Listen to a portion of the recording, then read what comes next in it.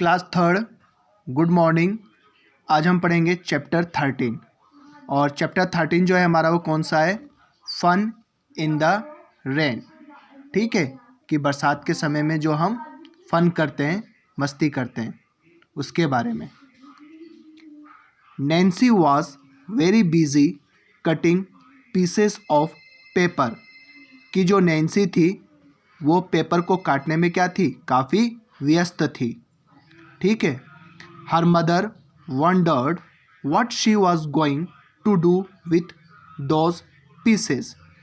और जो नैन्सी की मदर है वो ये सोच रही थी कि वो इन पीसेस का क्या करेगी।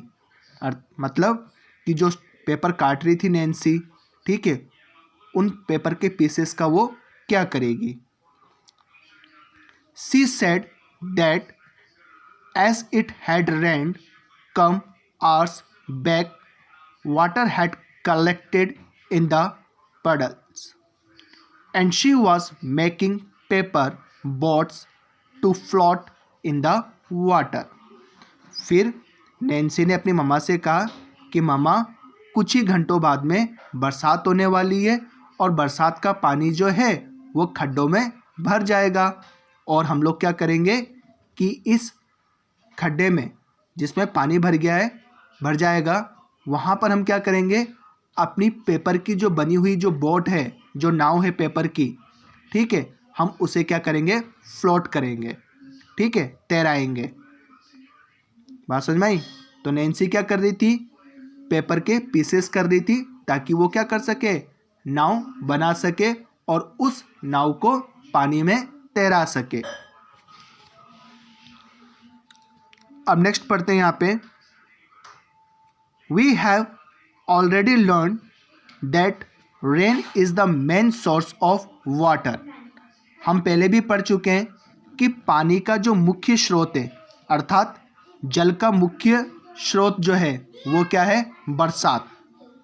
तो हमें बरसात से क्या मिलता है, पानी मिलता है। ठीक है, वही पानी हमारे नदी, तालाब और जो झील है उसमें जाकर मिलता है। We use water for so many activities. और पानी का उपयोग हम लोग बहुत सारे क्रियाकलाप के लिए करते हैं, जैसे नहाने के लिए, खाना बनाने के लिए, कपड़े धोने के लिए, ठीक है, आदि। Let us learn about the cycle of water as it occur in nature.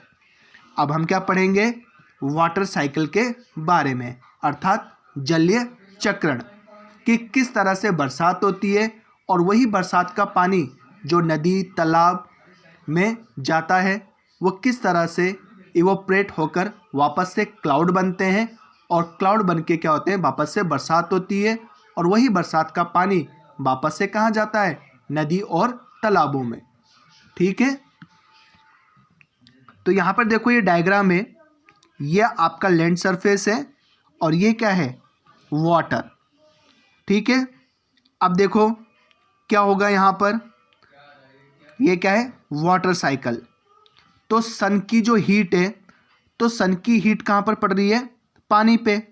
ठीक है, तो पानी क्या होगा, हीट गर्म हो जाएगा और गर्म पानी का क्या बनेगा, भाप बनेगा। ठीक है, और भाप बन के कहाँ जाएगा, ऊपर की तरफ। और जो पानी भाप बनता है गर्म होकर उसे हम क्या बोलते हैं, evaporation.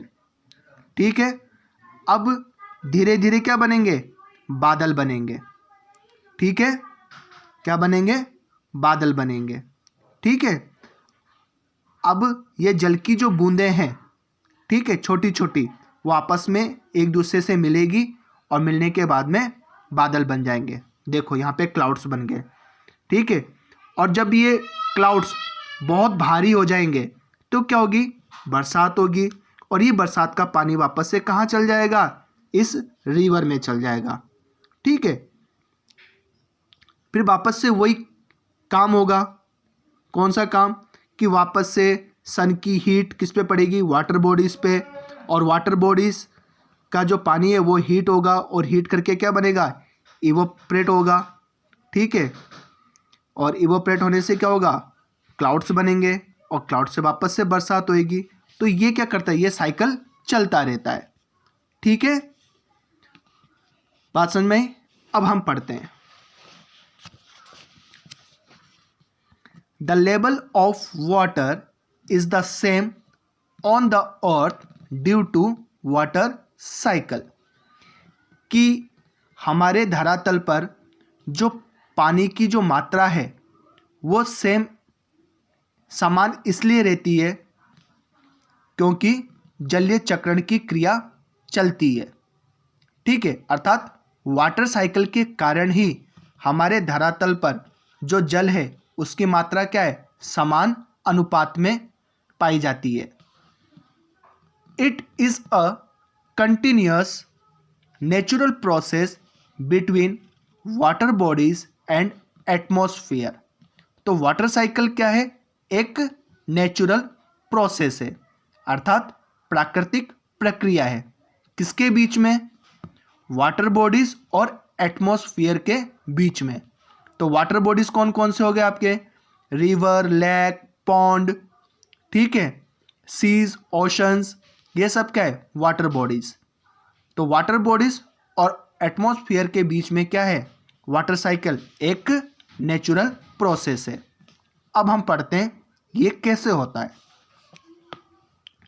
Due to sun's heat water evaporates from the water bodies and the plants on the earth and change into water vapour. This is called evaporation.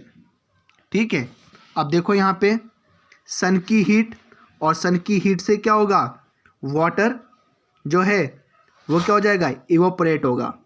ठीक है, वेपर बनेगा। ठीक है, पहले क्या होगा, वेपर बनेगा और वेपर बन के कहाँ जाएगा, ऊपर जाएगा।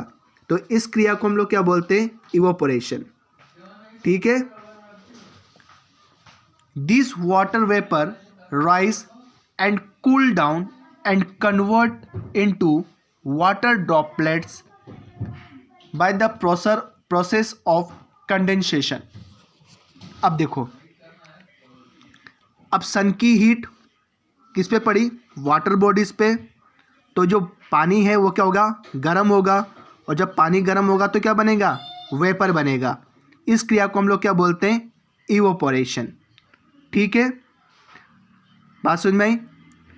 ठीक है, अब देखो क्या होगा कि जो जल पानी जो आपका वेपर बना, अब ये वेपर क्या होगा, धीरे धीरे धीरे धीरे ऊपर की तरफ जाएगा और ये क्या होगा, ठंडा होगा। ठीक है, और जल की बूंदें बनेगी। क्या बनेगी, जल की बूंदें, छोटी छोटी जल की बूंदें बन जाएगी।